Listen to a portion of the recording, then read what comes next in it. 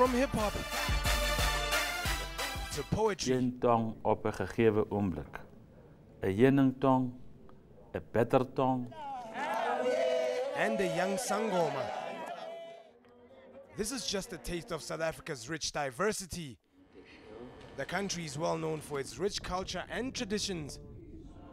And it is precisely this kaleidoscope that helped coin the term the Rainbow Nation.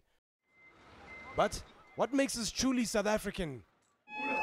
The list is long, from music and sport to literature, food and art, and even politics. Music, for instance, has always had a firm space in South African culture.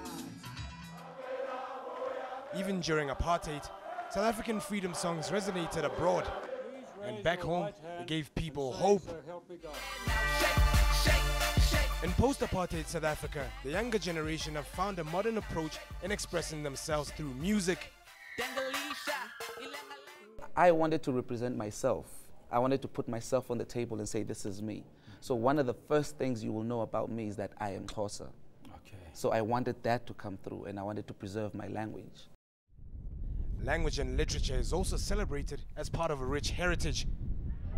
South Africa is the only country in the world to have 11 official languages. The country also boasts 2 Nobel Literary Laureates, J.M. Coetzee and Nadine Gordimer. Even apartheid activist Matthew Phosa set on maintaining this tradition.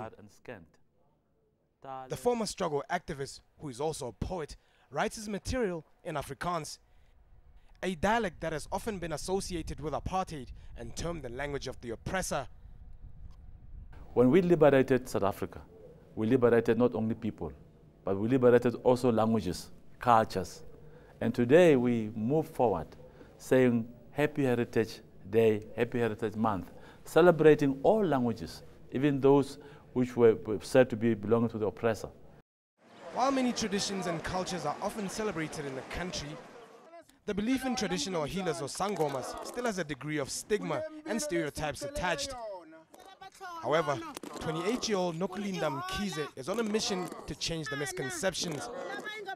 People expect and have the stereotype that isangoma will be an old woman in a hut somewhere with no shoes and that kind of thing. And unfortunately, this is not the case. And, time flies and people grow up and those kind of things happen.